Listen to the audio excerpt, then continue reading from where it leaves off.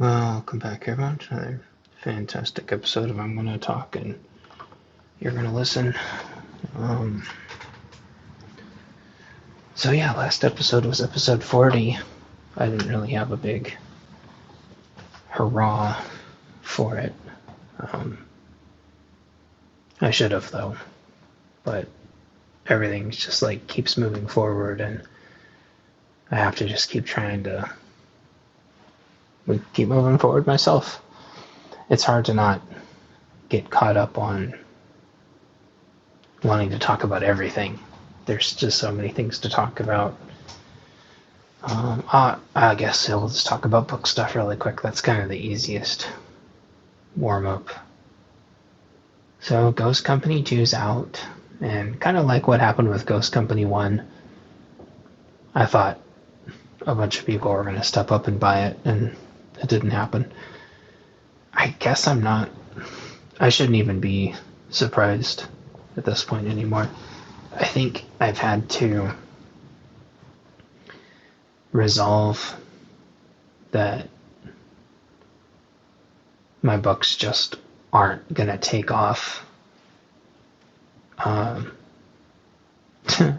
want to say in my lifetime, but there's actually quite a few people who've told me that the books won't take off in my lifetime, and that's fine. But that's not it. I think they kind of go in bursts. Somebody likes one, and then they grab a ton of them, and that was kind of always what it was meant to be, right? I make a lot of content that I think is really solid for one person here or there, and then the one person grabs all of it and just thinks it's great. That's kind of the wide kind of, how do I want to say, the wide response, what the wide response has been. So that's okay. I'm okay with it. I think I made peace with that a long time ago.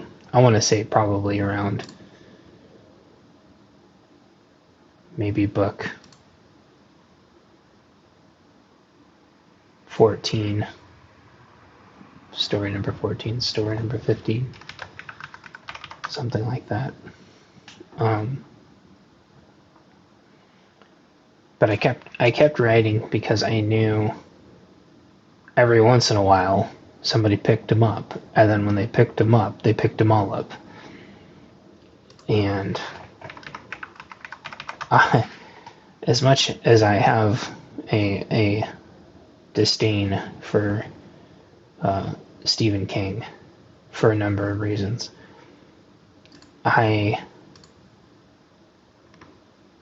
the Dark Tower series was one of the first series I ever really got into and actually wanted to stick with. There was a couple of I was in elementary and junior high. I started off in fantasy,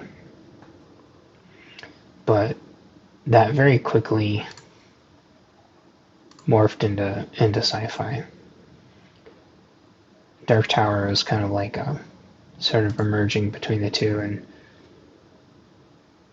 I think around high school, I think Dark Tower speaks to a lot of that, it seems like.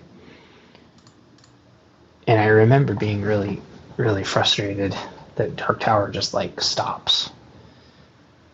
It did back then, right? It just stopped because the next one hadn't been written yet. I've probably talked about this before, but when that next book came out, finally, I was at kind of a really weird time in my life,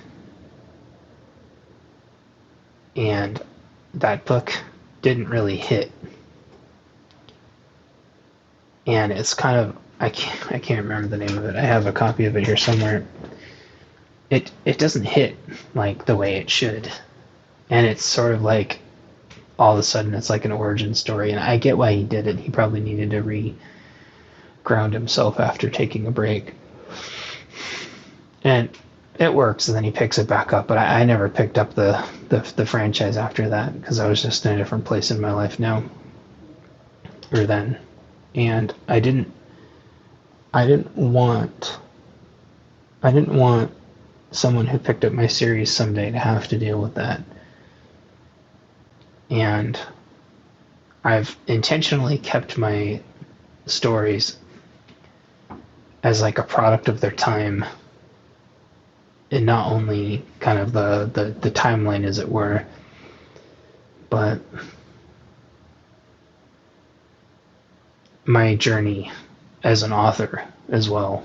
It's, aside from like a couple of teeny tiny side projects and commissions and stuff that I wrote for other people, the series is almost entirely a stream of consciousness and growth.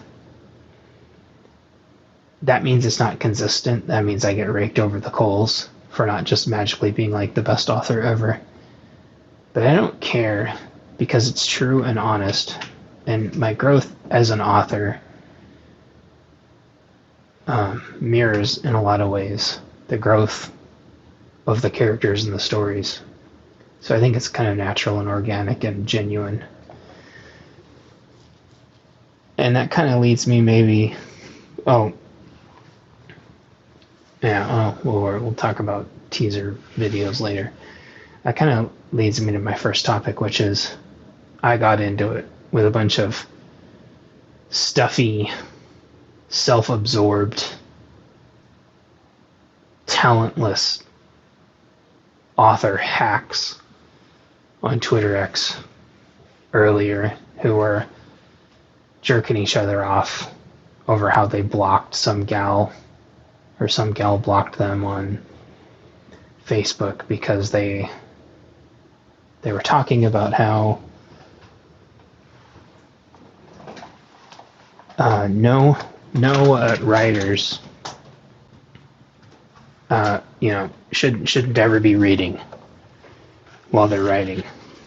And I said, well, I hate to burst your bubbles, guys, but there's a lot of writers who don't read, and there's a lot of different reasons. And the first guy, I think he was genuinely confused. I think he is maybe on the spectrum. Well, at least according to his profile, he was. And so I think he was legitimately confused. But that's fine. But I immediately got, jumped on by a bunch of, people wanting to coddle this guy, tell him how everything was okay, and it's not his fault, and, the mean lady blocked him, and she doesn't know what she's talking about. And this bothered me for a couple reasons. It bothered me because they're wrong, and, people on the internet being wrong is always frustrating. But not only that, they're objectively wrong. I have the data to back it up. And no one author has the whole solution. They just don't. And you end up with these stuffy ass boomer dinosaurs that sit up at the top in their ivory encrusted, dusty, smelly tower that smells like old people waiting for their boomer checks and hoping their medicine comes in the mail. And they're fighting and arguing and bitching about their social security checks and stuff. And anyway, I could go on and on. The point is that these people don't have anything to do but to sit there all day and gatekeep the author community, talk down to everybody. And I think first and foremost, the primary problem here is that they're full-time writers. They are retired, and they are full-time writers. And I want to caveat this really quick by saying I think probably 80% of my reader base is like grandma's. So don't think I'm being a hater. So yeah, small divergence there. So back to my main point. Part-time writers, hobby writers, are lumped in with these full-time stuffy old codgers, the good old boys club. They don't know how they got there. Maybe it was the right place at the right time, or maybe it was just dumb luck. But they're sitting there at the top. They've never had to evolve. They have no idea what they're doing at all. They're total assholes. But they're sitting at the top telling everybody else beneath them, who has no way to get up there, what they are and aren't doing wrong. They're a tiny fraction of the overall authors that you're going to run into. And all they do is just sit there all day and belittle everybody. Nothing's ever good enough for them. And I would argue that's the same mentality as a lot of editors also. And their idiotic argument was, not only should you be reading while you're writing, but you should be reading the exact same genre that you're writing in. There was two of these stuffy old codgers that took this angle with me. I assume they're stuffy old codgers based on the way they talked to me like I was a child and belittled me every single chance they could get with their little snide remarks with absolutely no objective evidence, just smattering me with paragraphs of their opinions. So their argument was that as a writer, you should be reading your own genre because that is what makes you a better writer, which is complete bullshit, by the way. That's not what makes you a better writer is writing more and trying to improve yourself, not reading other people's stuff. That's insane. In fact, if anything, me reading other people's stuff just made me feel better because of how dog shit most of the writing out there is. But we'll get to that later. I don't think, and I have certainly seen no evidence that reading other people's work has some kind of positive cross-pollination benefit. Everything I've ever heard every other writer say that's a reader says they intentionally read other genres, or they'll switch from fiction to nonfiction because they want their ideas to be as pure as possible and not to be contaminated. It's the same thing with movies and music and everything else. A lot of authors will psych themselves out, especially if they're just starting. And artists are this way too, where you start comparing yourself to other authors or other creators and you're just never going to get anywhere. And it's telling that a bunch of dinosaurs, just read things in your own genre. You know what that tells me? That tells me that they're just reading other shit in the genres so they can just rip it off. No author I've ever talked to does that. They want their work to be as true and genuine and authentic. Thank you, that's the word I was looking for. They want it to be as authentic as possible.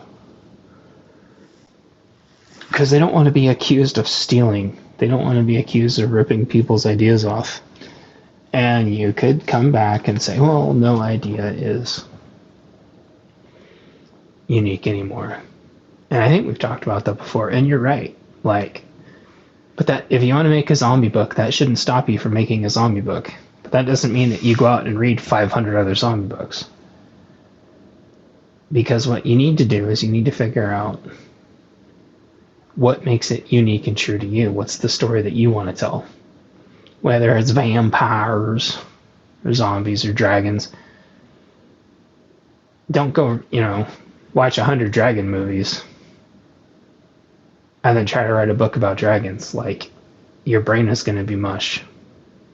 Think about a dragon and then think about a story that you can tell with a dragon.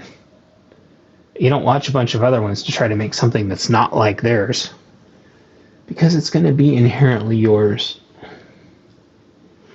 It's going to be inherently yours anyway, but you have to think about the story that you want to tell. Why does the dragon exist that makes the story able to happen? Because a dragon's there. And then you do it. Same with zombies. You're zombie dragons or whatever. Or, maybe you want to make a type of dragon that's unique to you. Maybe you want to make an electric dragon. Or maybe you want to make a water dragon or a poison dragon or a big fat tubby dragon. But just because there's already a movie with another big fat tubby dragon in it doesn't mean that you shouldn't make it. Just means that you try to make your own. And the best way to do that is to not go read and watch the other one and then try to make it different. Don't try to make it different, just try to make it yours. And someone who reads fantasy their whole life and then writes a fantasy book is only doing that to make it commercially viable. They want their book to blend in with everybody else's. They have no identity. They want to just blend in and have a commercially viable product. But that's not what people want anymore. There's some comfort in that, sure. Some people want familiarity and they'll churn through 100 books that read exactly the same because that's what they're familiar with. But in all likelihood, you're not going to compete there anyway. At least not as much as an AI can. We are very close. Dare I say, you could actually do it now. To write a fantasy book with a couple of button clicks of an AI. And nobody will be able to tell, because every single fantasy book is the effing same. And it's kind of sad. Sci-fi is not too far off either. I was looking for new Kindle books, new 99 cent to like $1.99 Kindle books to throw in my library so I have more queued up to read. And I saw some poor guy, and he was like, I assume it was a guy, I don't know. Their book was like, they're on an asteroid and they're mining the asteroid. And, can they tunnel deep enough to get the diamonds before some attacks them? Like, holy shit, that sucks. I just read a book like that a couple weeks ago. That was almost exactly the same thing. And I'm like, damn. And here's the thing though, like, it was only a 40-page book, so it was like super, super, super short. And there's no knocking on that. He or she or whatever, they had it at the right price. They had it as like 99 cents or something like that. So the price was right.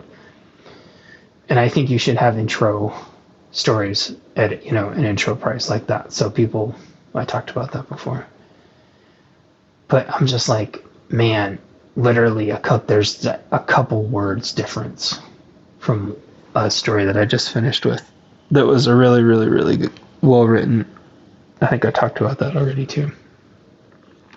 But, if this person, whoever they are, if they had read the other one, or someday when they realize that the other one exists, I hope it wouldn't hurt their feelings and sink them and stop them from doing what they love, because there's going to be a lot of stories about people mining asteroids and the struggles of everything that entails with mining an asteroid, and there's probably lots and lots of asteroid mining stories that can be told, and the human drama around it. And there's nothing wrong with that. But you can't tell me that some old stuffy dinosaur isn't around reading everybody else's books, going like, how can I make this exact story but slightly better? I mean, they've never had to evolve, so I can't believe that they're not around there just figuring out whose work they can steal. How many musicians have been caught doing that over the years? They reach the top, they don't know what to do, they've lost the spark, or they've reached the top and don't know how they got there, and so they just start stealing people's shit because it's easier. And if you're openly admitting that you're doing this, it doesn't take like a large leap to think that this cross-pollination is actually just them stealing everything and trying to just make it more commercially viable. It happens in the news all the time, with them just like ripping off images to throw in their news stories, or they're just like faking the footage of the news story altogether, or in advertising where they just like rip off the graphics. Stuff happens all the time. And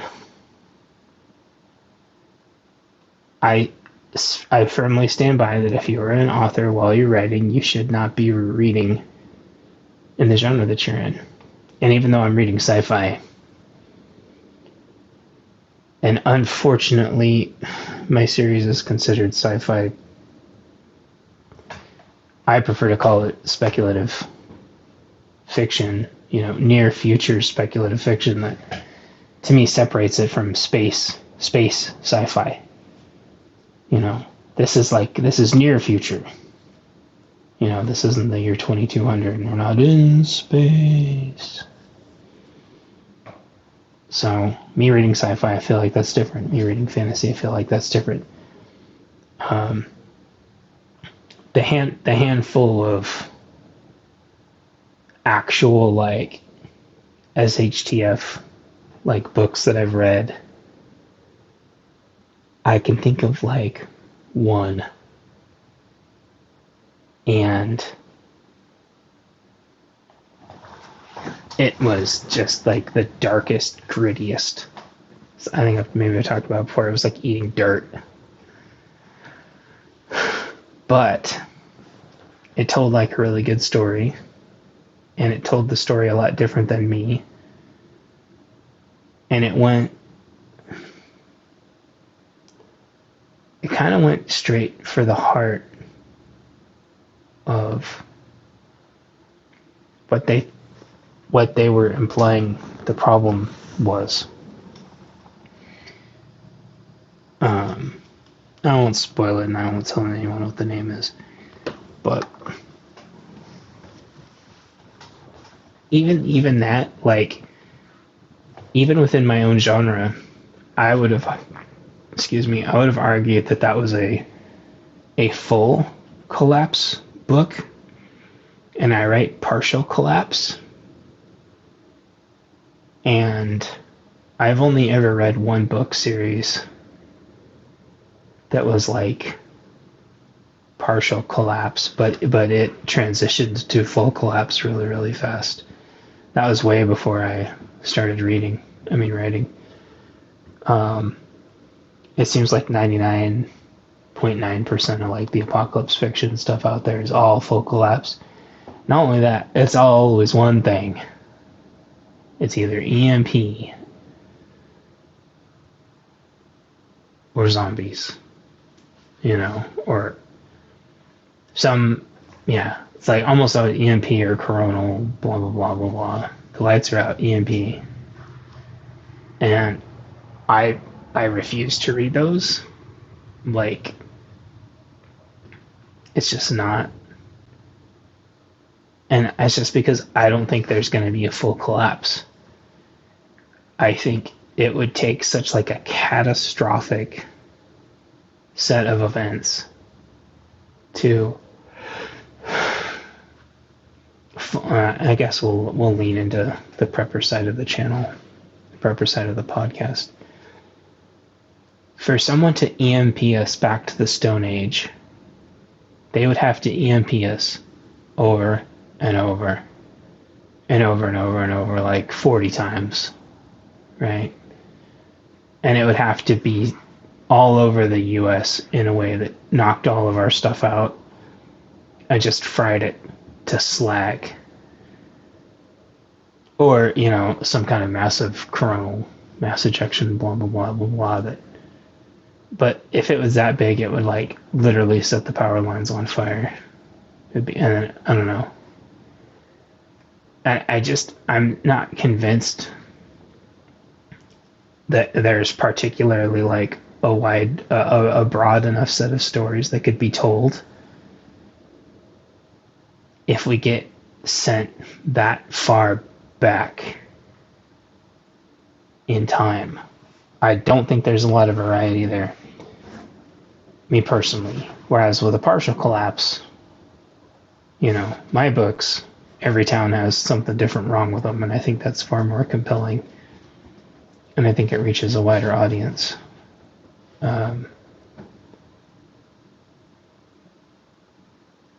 If I had kind of like one regret with my books, is that I didn't take enough time to explore like the nuts and bolts of like how a lot of this stuff really works in reality. I think I gloss over a lot of community team building and what it's like for groups to divide over and over and over and over, and culture and identity to shift over and over and over and over. And that's supposed to be the crux of my book. But I think like a lot of it's just implied.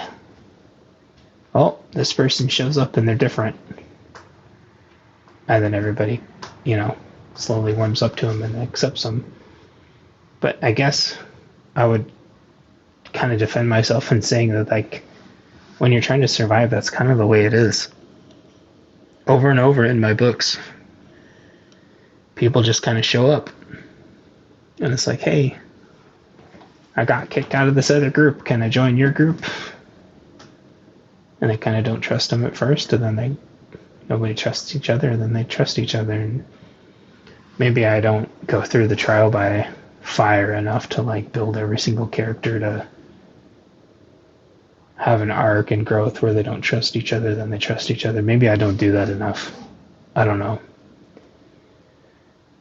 But that could also just be because when the shit hits the fan, nobody is going to be able to trust anybody, and it's just going to have to be on blind faith, and either they're a psycho or they're not. I don't know. It's romantic, I think, to think about that you're going to put them in quarantine and then slowly build their trust up. But I'd argue maybe that happens in my books so many times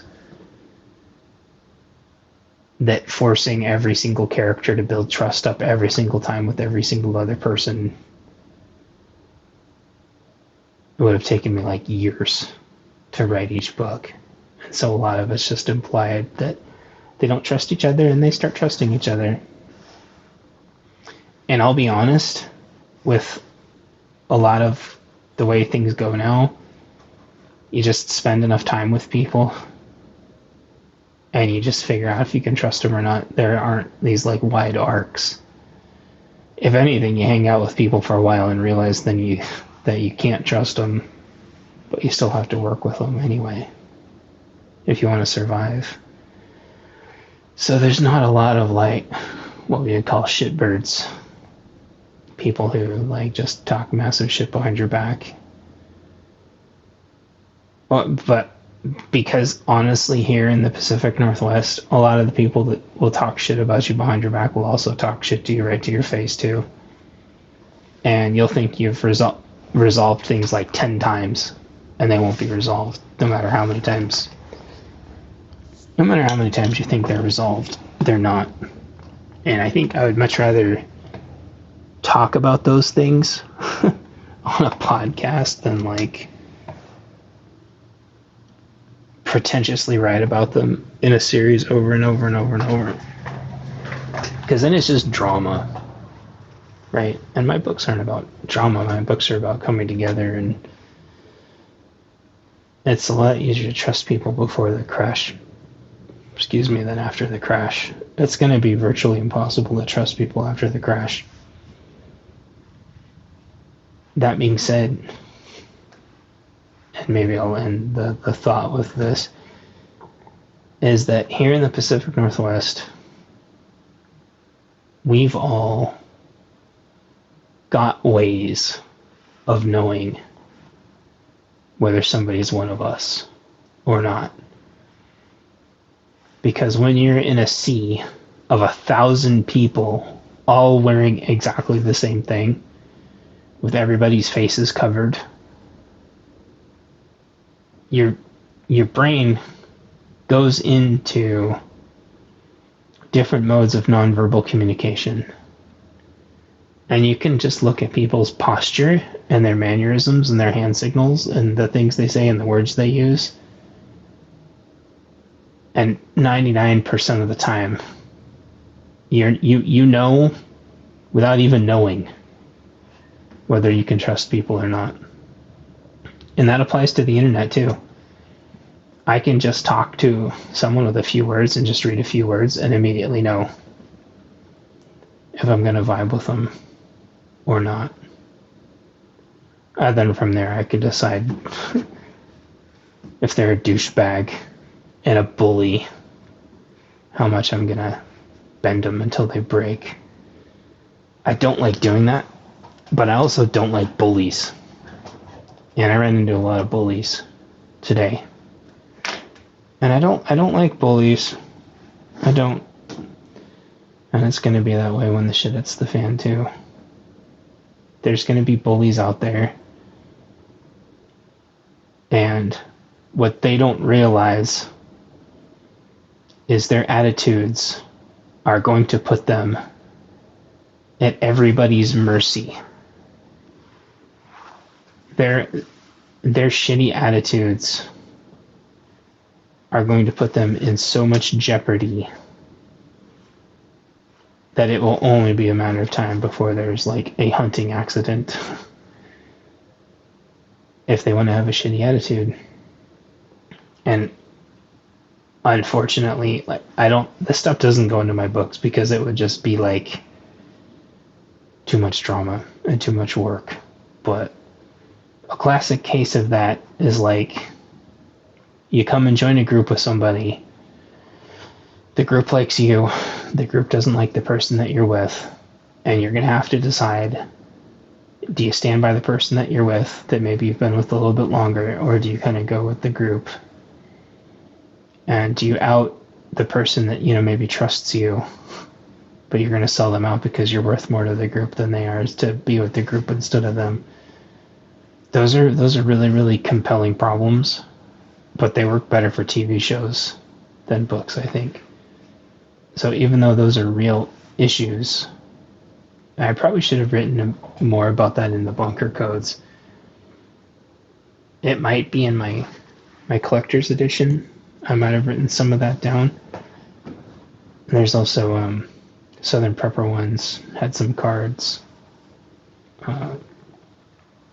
both conflicted and his newer one, where they talk about those scenarios. His newer one's called Are You Ready for WROL, World Without Rule of Law? That's a very real scenario. And I mean, you could write a whole book about just that, because what if it's a family member What if you make it to, a bug out camp with your brother and they want to keep you and they want to get rid of your brother?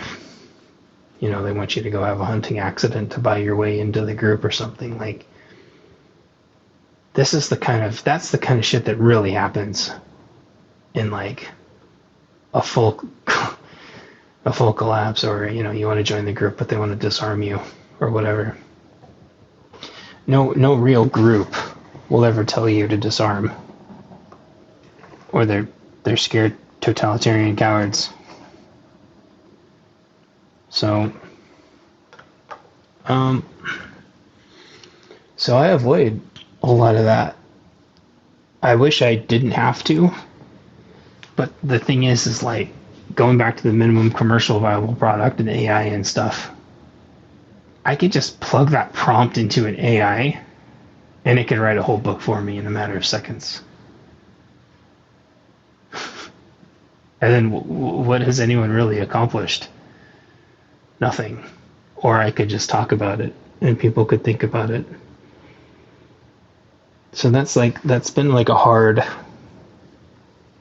a challenge to draw, right? And you might be thinking like, how did we get on this track? Because all these old stuffy hacks, these authors in their tower, have no idea what it's like to compromise or learn or listen. They'll be the first ones to tell you that people just communicate different. Some people just communicate different. No, that's bullshit. There's people who shut up and listen, and they soak it all up, and they think about it. And there's people whose minds are already made up with what they already want to respond with, and they're just waiting for you to finish. That's it. Those are the two kinds of people. If people do not want to shut up and listen, you cannot work with them no matter how much you like them as people, because they will never shut up and listen to you. They will never respect you enough to shut up and listen. Now, if they want to listen and still don't understand, then you got to work on your communication. This is all in Sun Tzu, which I hate to call it Sun Tzu, but and there it is, So I think while those are all compelling scenarios that people need to go over, I feel like they diverge from the overall theme, which is to just simply put your differences aside, And I brought up earlier, there was a topic going on today about how conservatives have been scooping up groups from the left who have been getting kicked out as the left gets further and more and more progressive and more radicalized and cannibalistic, that's a huge form factor of my books, as the progressive left kicking everybody out as they move further and further left. And those people come to the middle and go, hey, it's not so bad here. You guys aren't trying to kill us. And the discussion revolved around what were like centrist or, conservative values, but could still be like LGBT friendly. And everybody's like, the center does not give a shit if you're LGBT. Like, as you become more and more conservative, it's like, what do you think about abortion? What do you think about puberty blockers? What do you think about, men in women's bathrooms? What do you think about guns? It's like the progressive left has warped everybody's minds so bad into thinking that conservatives are just evil, that they refuse to break their ideology down into pieces. Like, when is a baby technically alive? Or, should you eat animals or not? Should you eat people or not? Should you try to live off the grid and sustainable? They talk about green energy, but how sustainable do they really want to be? How self-sustaining? Grow your own stuff, non-GMO. They don't break it down. They just want to paint the other side as the devil. And there's a lot of idiotic fake Republicans that do the same thing. They want to just paint the other side with this broad brush, and they're just too stupid and ignorant and ankle deep in the water to actually invest enough to learn what's going on. So they just repeat the same idiotic talking points too, instead of realizing that we're all human beings. We're all extremely complex, and you can't just paint everything with this broad stroke of a brush. And I saw another one where they were talking about antidepressants, and all the fake Christians come out and be like, God can heal depression, or butterflies, or music can heal depression. It's like, you have no fucking clue if you think butterflies can heal real depression, and then someone else is like, some mystic guru healed somebody's schizophrenia. I'm like, holy shit, you've never seen schizophrenia then. Like, you've never actually met a real schizophrenic before. And you realize that massive portions of the planet are legitimately stupid and do not want to learn anything. And they don't even want to bother to learn what they're voting for, or the nuances of what bridges should go where. They just want to work and or collect their check and or get their meds mailed to them and just live out their zombie life. They do not want to think or adapt or understand who they're talking to or what makes them click. I mean, you could throw out critical thinking and be like, well, they're just not critical thinkers. But it's more than that. There was someone arguing that empathy didn't exist. That was the one last night. This freaking moron was saying empathy doesn't exist. And I ripped him apart piece by piece. Not because he was wrong, but because I didn't like the way he was treating everybody else who was doing their best to try to explain that empathy does exist. And this idiot was hopping back and forth between citing Google, which is a joke because that gets those definitions get manipulated all the time.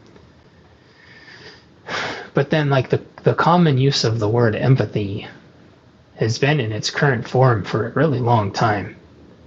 And then he tried to argue with that too. I ripped him apart left, right, up, and down until he muted me and blocked me and stuff because he's a little bitch. That's fine. I knew I had won before I even anyway. The point is you're going to be dealing with these people when the shit hits the fan too. You're not going to be able to work with most of them. They're just idiots. They're lukewarm temperature. Was it room temperature IQ? Not enough chlorine in the gene pool. And they resort to however it is, they always get themselves out of trouble. The most often, some of them it's crying, some of it's yelling and screaming and throwing fits, muting, blocking, yelling, screaming.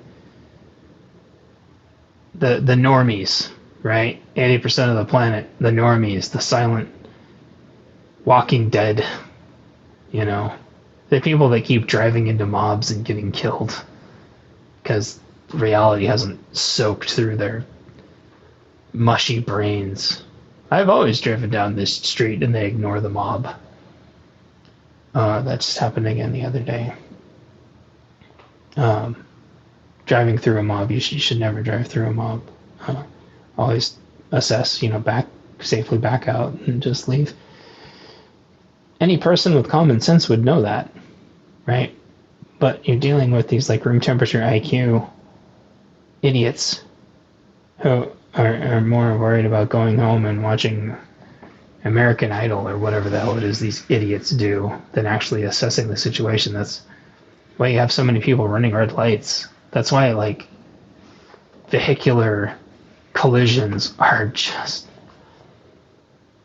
and then car insurance is like through the roof. We're gonna very quickly get to the point to where I think we're gonna have to have 15-minute cities just purely because we're gonna have to have like cities walled off in 15-minute blocks, just like that Justin Timberlake movie, just because people are maniacs, absolute maniacs. I probably talked about this in my last podcast, but I was stopped at a red light. The light turned green. We all didn't go, and like 3 cars ran the red light. They just all kept driving. There's 3 cars just like drove right through the intersection. Zoop, zoop, zoop. And we all waited, and we're like, okay. Everyone's like, it's safe to go. And so when you have this population of people, like, something's got to give, right? I don't think we should really have 15-minute cities, but my solution is to have those bollards that go up. So the light changes, the bollards go up, and a bunch of cars are going to wreck, and thousands and thousands of people are going to die. But they will all have been people who run the red lights anyway and who are going to kill everybody anyway. I refuse to feel bad for those. A lot of kids are going to die too. But you know what? A lot of kids are going to die anyway if they just keep running red lights. It's a social contract. I think our entire society is founded on don't keep your hands and feet to yourself, don't bite people, and don't take things. And then, subset of that is don't run red lights and don't run stop signs. We have very few social things that we've all agreed to when we exist on this planet. If you're going to run red lights over and over and over every day because you're just zonked out of your mind, your social contract should be revoked. So I don't know. There's just a lot to think about. I wasn't sure how much I was going to talk about this, but the next topic, cha-ching. So the first couple episodes of X-Men 97 are out, which is supposed to be the sequel to the X-Men animated in 1997.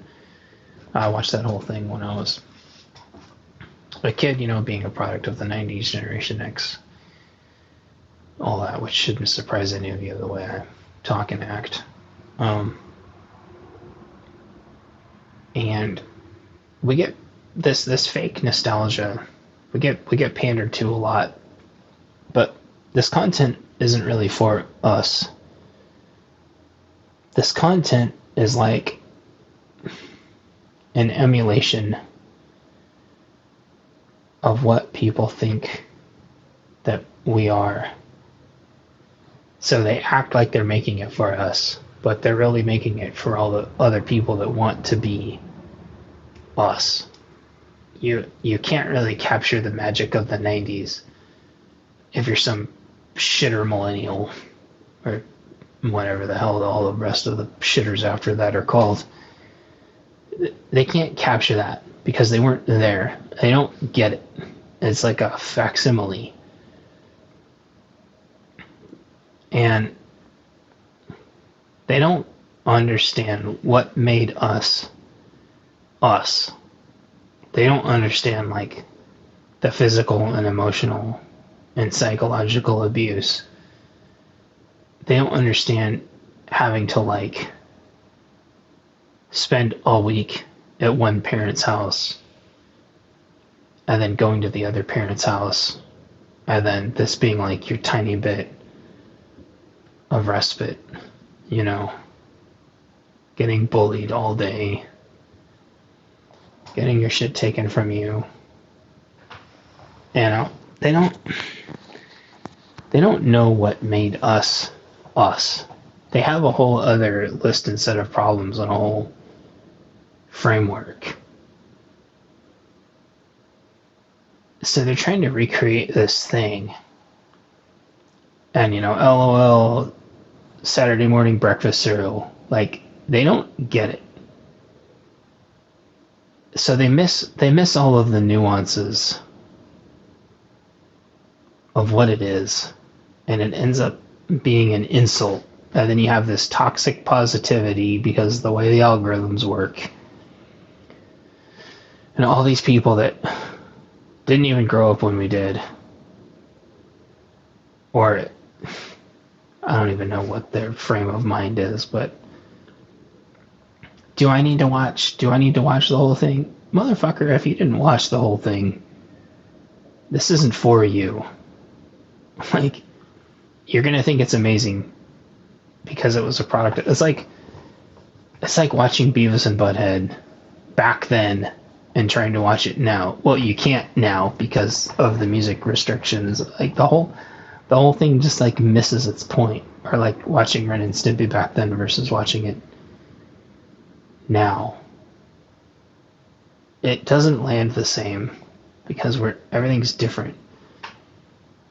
Even the comics, like go back and read the comics from the 90s, from the perspective of the 90s.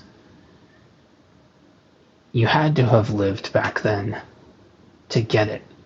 And so when you see something that's like this fake facsimile, this like emulated farce, like it comes off as insulting and pandering. And I was thinking of doing a video where I even just like break down the animation inconsistency. Like, it's just offensive. I don't know. And maybe every generation is, you know, stuck in its decade. But I can appreciate the synth from the 80s. But I can appreciate synthwave now. You know, I know how like disco turned into dance and house and stuff. Like, I get it. You can hear the tones there. But all these like remakes over and over and over, like the Resident Evil 4, like Resident Evil 7, Resident Evil 8, 2 make, 3 make, 4 make. It's lost. It's all lost its way because it's just about money now. It doesn't have the heart. It's like the heart and soul has been ripped out of everything. And there's so few games that have that heart and soul left in them. People who are going to put the love into it to make it what it is. And so, you know, you go back and even the X-Men live action movies, you know, Singer has a lot of problems, but he was able to make the X-Men live action into something that was very real and consistent, and it hit and it landed a certain way to where if anyone else tried to do it, it just wasn't the same. And then you get this studio interference, and it just collapses under its own weight. And I'm sure with Feige, a lot of people think the same way, even though I don't like the MCU. And Sony is obviously struggling a lot. But I've watched the first third of Madam Web, and I'm like, this is fine. There was a lot of like flip-de-do stuff that I don't think they should have put in there. Rotating the camera, it's just gonna make people sick. But that's always, any shaky cam, flippy cam stuff I'm always gonna bring up. But like Morbius was fine. There was some scenes that were too dark, where they put in too much dust and darkness and stuff. I think Oppenheimer had the same problem. There was a scene that was really well done, and then some VFX people just made it way too dark at some point. Like, Morbius wasn't bad. Madam Web doesn't seem bad. They might flub it in the second, third act. I don't know, but I was actually getting into it. I'm like, okay, this is neat. Yeah, what does happen when you have a bunch of people who can see in the future and they're all trying to deal with each other? So maybe it goes to shit, but like, I think the point I think I'm trying to make with this is like, people don't really know what makes us tick, right? Our generation, they don't know what makes us tick, and they don't know how to deal with us. But they're stuck with us, and they know it. And they're trying to market and sell stuff to us, but they can't. And they're mad. They're mad because we won't buy things. And so they keep trying to pander to a market that's trying to pretend like they're us. But those people don't have any money. They're just this vocal community of people who are broke that feed the algorithm. They're on the whatever bullshit XYZ subscription service, and they think that they're like the arbiters of content. It's like, I'm sorry, I'm not buying a Disney Plus or a Hulu or a Roku or God, whatever these 10 million subscription services are. There is going to be a subscription service crash, and it is going to unemploy a metric shit ton of people. And I don't know where it's going to go from there. But here's the problem, and I'll explain why. Our generation does not want a streaming service. We don't want it. We're not idiots. We want to save shit in a way to where if the internet goes down, like mine did earlier, that we can still watch things, right? So I've been watching the late 90s, early 2000s Outer Limits, and I want to watch it uncensored. Well, guess what? Comrades? The only way to do that is to stream it, because they never released physical copies of the uncensored versions of the Outer Limits, the late 90s, early 2000s Outer Limits. There's no physical uncensored copies. You gotta stream it. And they try to make all that shit illegal to save a copy. So they don't want people to do it. They want you to re-watch the fucking ads over and over and over. How many times until you've watched the ads enough does it justify you being able to save a copy? How many ads? Like, I just want to be like YouTube. If I watch 10 minutes of ads, will you let me download a copy of this, please? Like, how many ads is enough? How many? How many is enough, YouTube? Until I can save a copy of this video in case the internet goes down, which it does all the time, in case cell goes down, which it does. And then, I know this is like a crazy tangent, but there's places in the country where you can't save your water. But then they're like, oh, in other news, water's getting cyber attacked all the time. But don't save water. Meanwhile, then you've got homeless people dumping all the water out so they can sell the bottles back. Like, our generation understands this stuff. All of the generations after us are trying to emulate it, but they never bothered to learn why we do what we do. And you know what happens? We get blamed. You know what they say? Well, Gen Xers, you didn't raise your kids right. This is what I wanted to talk about last episode, and it kind of slipped my mind. This show got too long. There's some guy that was blaming a very, very prominent, high up influencer, I might add, was blaming Gen Xers for raising their kids wrong. They blamed the whole identity thing on Gen Xers raising their kids wrong. And I didn't even engage. I just blocked him. Well, that was the dumbest shit I've ever heard.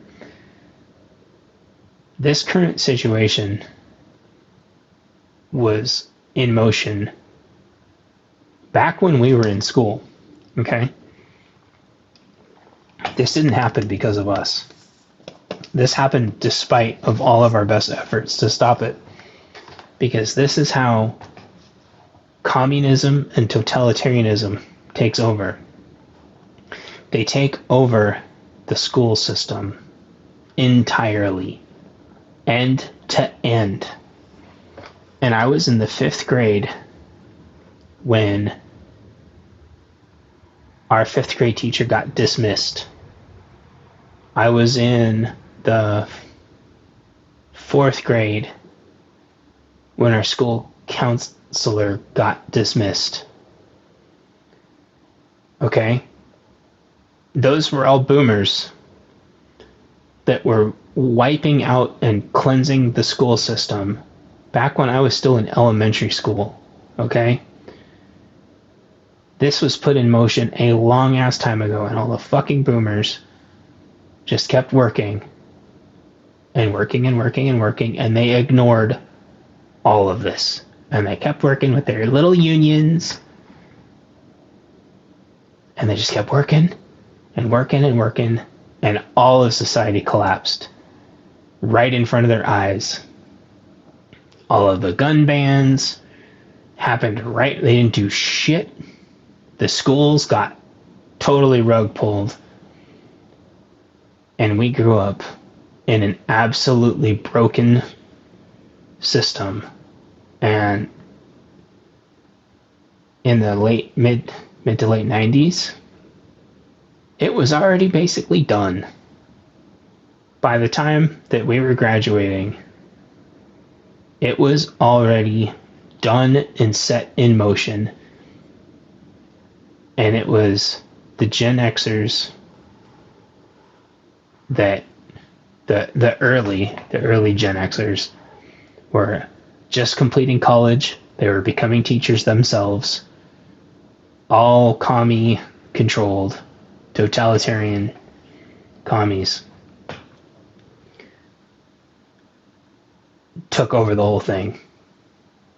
And they were having kids already because they were procreating at extremely early ages, by the way.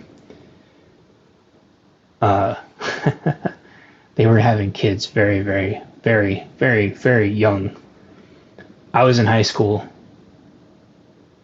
and they already had kids in like my junior year of high school, okay? So they all ended up being college professors. They already had kids. Those kids grew up, and they're already teaching.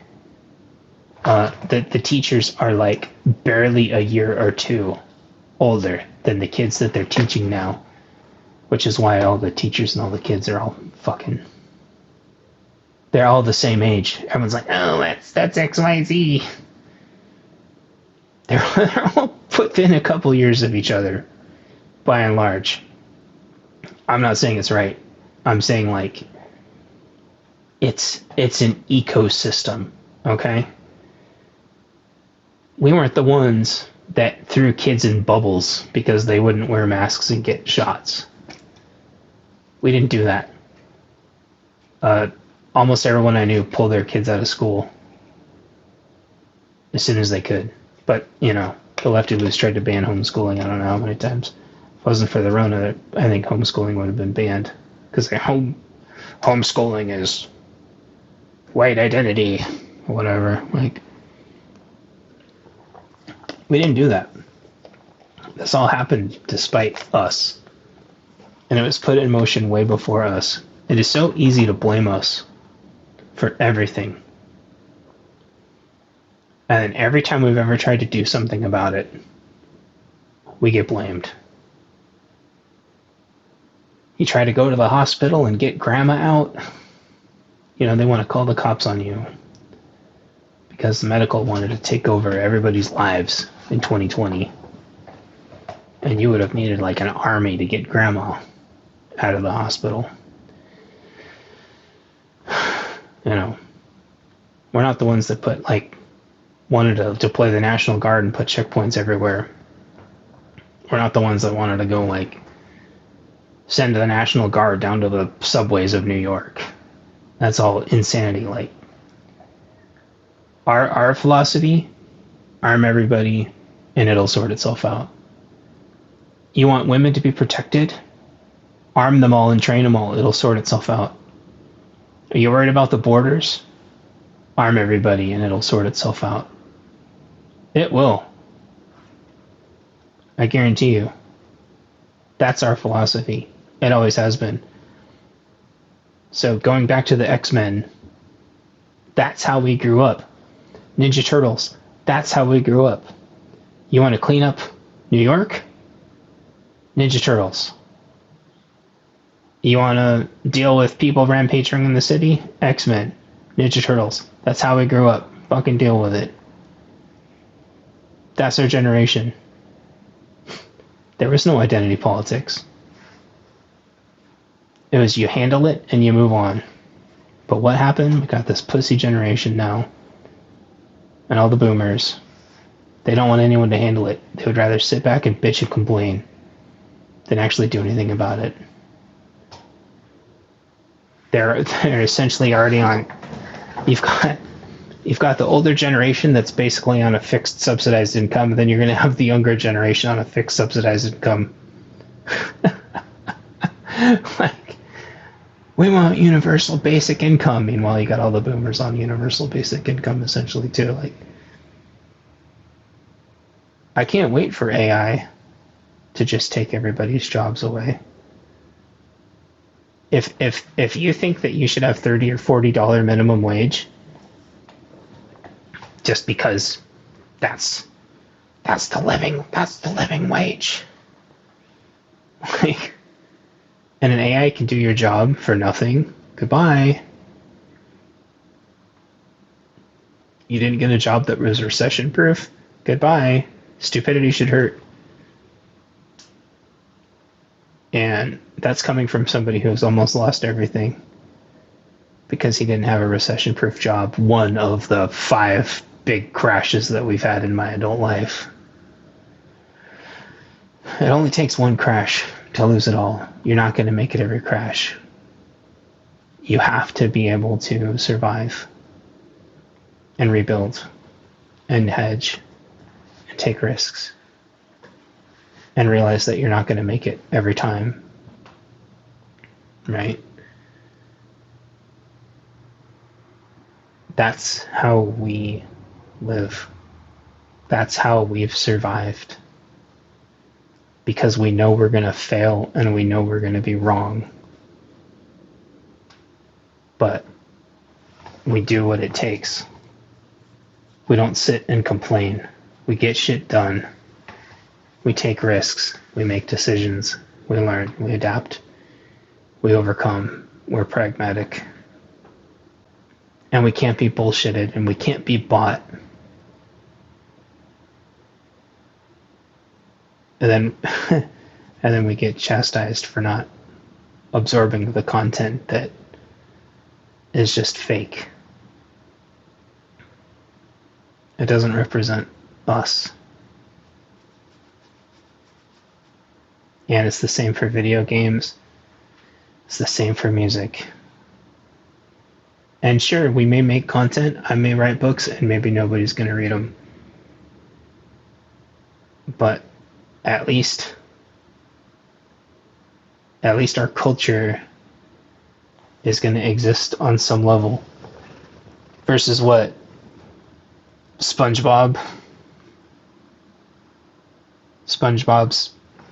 shrieking.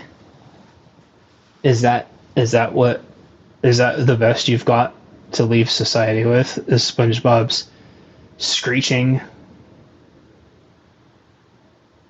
Really? Is that it? Or like Family Guy's screeching, or Rick and Morty freaking stupid bullshit, like, and was that Big Bang Theory? What a joke. Or it's trying to, what they try to do, like redo Quantum Leap or whatever. Try to redo Star Trek 100 times, try to redo Star Wars 100 times. They don't get it. And they are going to run themselves financially into the ground, dying on that hill, not getting it, because they refuse to adapt to the situation at hand, which is a lot of people and projects and programs are going to fail. It's not sustainable. Streaming services are not sustainable. These movies, these remakes and reboots, these video games, people aren't going to buy $80, $90, $100, $120 video games. They're just not. Okay? These VR headsets, I got into it with somebody about VR. VR is dog shit. Okay? The latency is still too bad, but they try to chastise people for VR failing. VR is failing because it's dog shit. It needs another generation. Okay? They need omnidirectional treadmills. Okay? And there has to be hardware for it and software. PlayStations are last gen. I don't care. PlayStations are dog shit. They're last generation. You could build a computer for the same price. Fucking get over it. Okay? And it's going to be the same thing with AI. You either adapt or you get out of the way. I like AMD. It works better for me. But I realize that everything's being built for NVIDIA's CUDA cores. Right? NVIDIA is going to take over the freaking planet with AI. But I'm not going to sit there and whine about it. Right? I'm going to keep trying to figure it out. I'm going to keep trying to make content with it. So at least I can make some kind of content. People love to say, I would rather see real actors. I'd rather see real actors. Well, from what? From Hollywood? I mean, you know what they do. You know how that works. You know what happens to the people that come out of it. They come out hollow and dead and destroyed. You'd rather see real actors and real acting, knowing what they do, coming out looking like freaking drivers. Like they just look dead. Like they have like dead souls coming out of that. That's what you're supporting? I don't understand. I don't get people why they won't stop supporting the machine. Like, support what's going to work and get us moving forward, right? And yeah, AI is innovating like every month. But what I said earlier with like painting broad brushstrokes, you can't just paint AI as evil. That doesn't make it go away. You have to learn it and understand it and learn its strengths.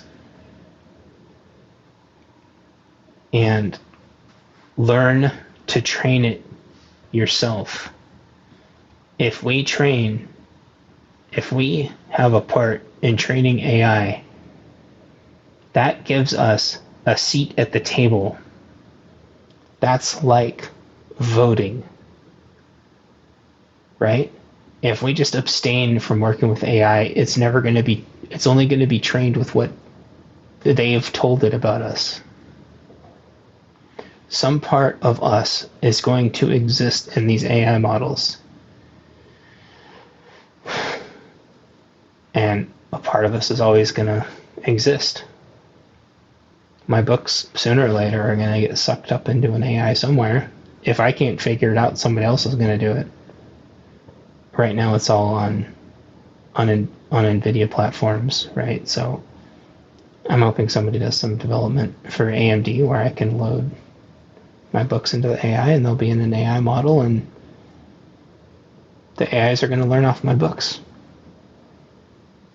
I wish they were more well written to where the books could train the AI better, but hopefully the morals and the theory and the concepts behind it still exist.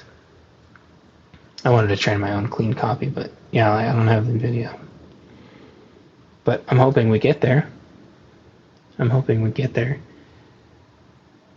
You can't run and hide from this stuff. If there's like a giant skyscraper-sized robot rumbling around the city, like, are you gonna complain about it? Or are you gonna do something about it? And if somebody else does something about it, are you gonna sit there and bitch that you don't like what they did about it because it's not what you would have done even though you're not doing anything?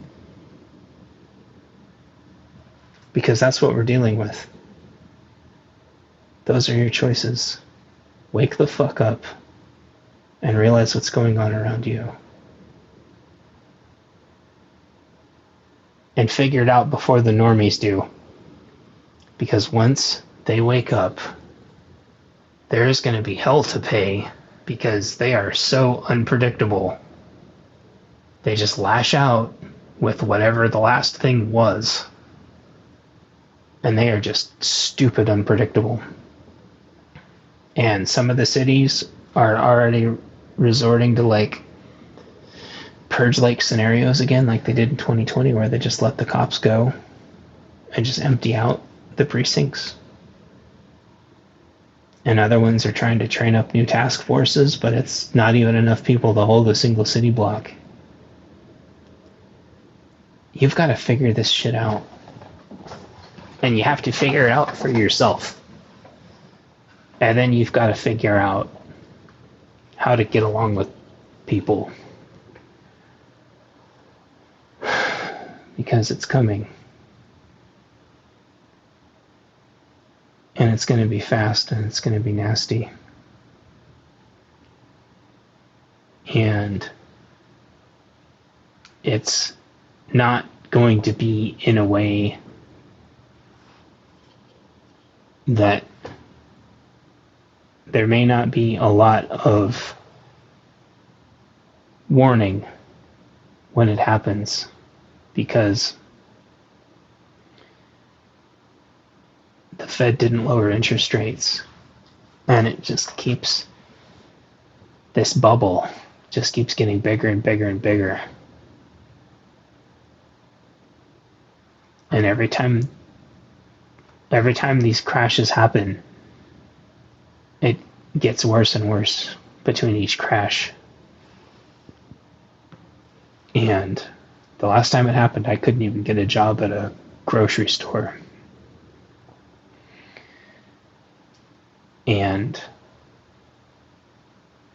getting remote jobs is really hard. Getting recession-proof jobs is really hard. And these are things that you have to be working on now. You have to be working on your garden now. If you're working on your project, you've got to, like, if you're working on a creative project or, passive income streams, you have to be working on those passive income streams now. If you want to train and practice and get in shape and work out or whatever, like, you've got to do it now.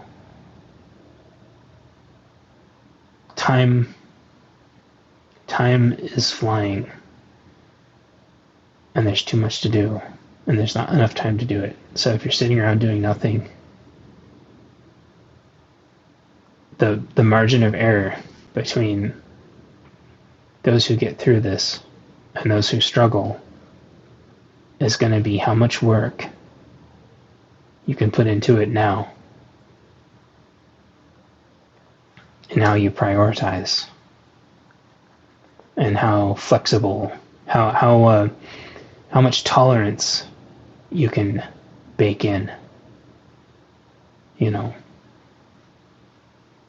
get, training, education, awareness. Don't fall for the psyops. The psyops, the information war is just getting worse.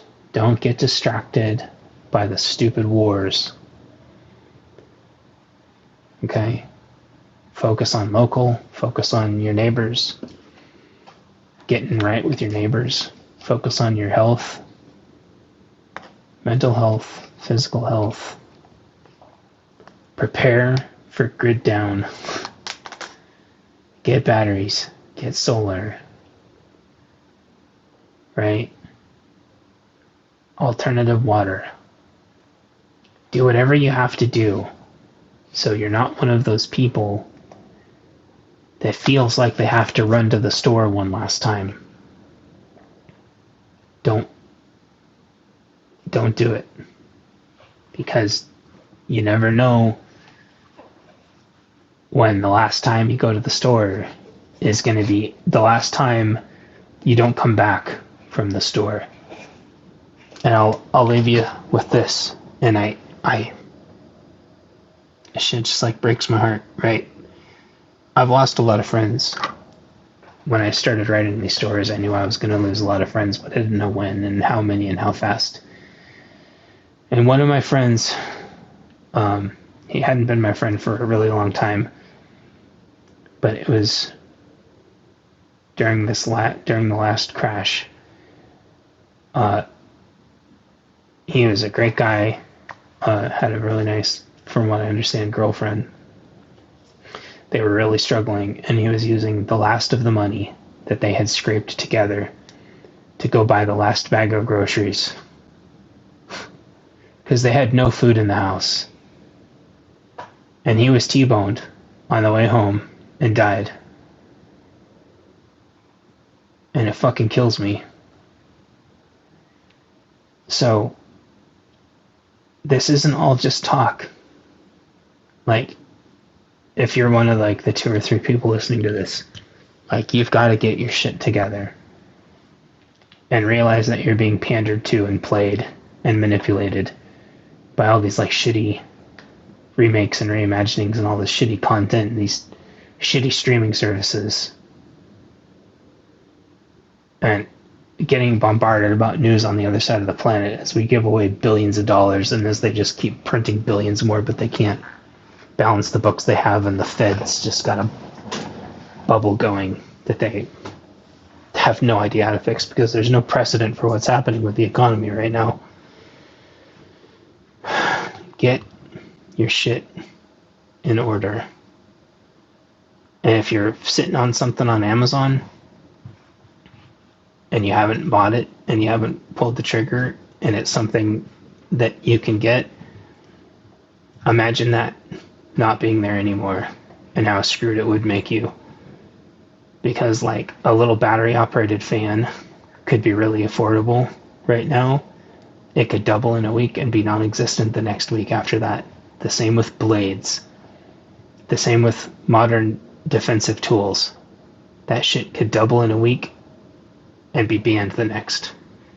Mags, armor, drones, night vision, lawnmowers, like ammo, whatever. Like,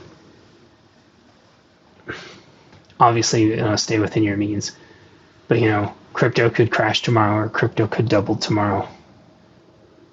The stock market could be fine tomorrow, or it could crash. Like, you don't know, so you have to make smart, educated decisions. Like, Maybe there's a freezer on sale, and it's the freezer that you've always wanted. Maybe it's time to grab the freezer, or the freeze dryer, or the food saver, or the dehydrator, if it's within your means.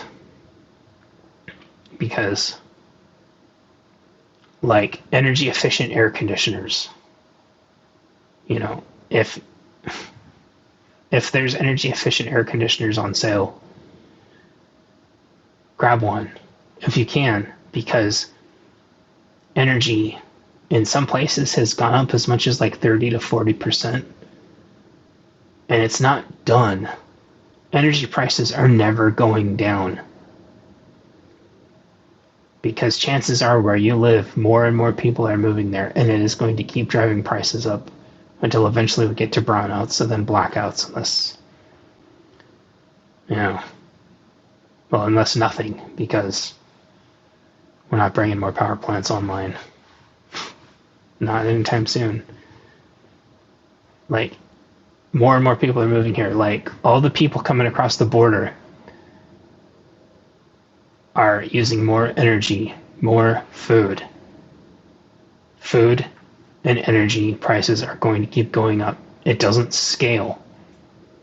The price of food doesn't scale with how much money you make.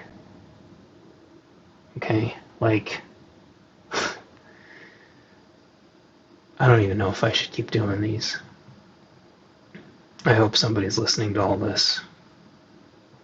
I hope they understand we're all being played. This doesn't all make it into my books, because it would just be like, without context, I don't think it would make any sense, and it doesn't tell a good story, but I think most people would reject it. But I don't know. At least I'm trying, I guess. If you want to show your support, and you can, check out my Ko-fi page. I'm going to release probably 2 more AI teaser videos to try to promote my books, and then I'm done with that. But it got pretty positive feedback. Surprised. I thought people were going to hate it. And I'll just leave you all with that. And maybe this will be my last one for a while. Maybe it's better if I take a break and work on my own stuff more. This is an hour and a half. I could have been working on something else after I'm done editing and uploading. So if you know anyone that reads books, please tell them about my books also. I'm pushing really, really, really hard. That usually means trying to find libraries. If you've got a library or book trading place near you, maybe send a copy of my book to them or something. Some of them have forms that you can just fill out. You don't even have to buy the book. Just fill out a form requesting the book.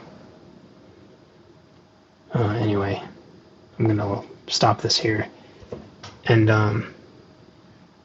if you're one of like the 3 people that listen to this, I really appreciate you. And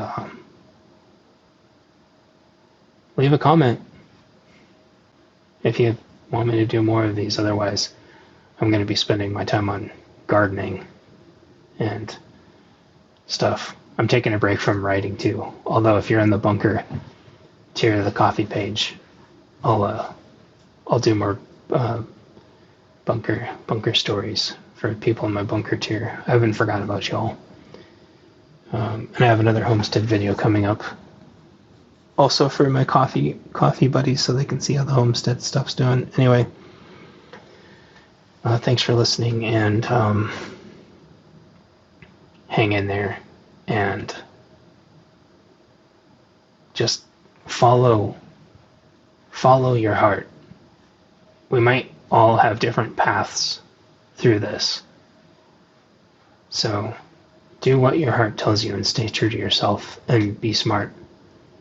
And if something seems wrong, it probably is. Follow your guts, follow your heart. And take care of yourselves. The only way we get through this is together.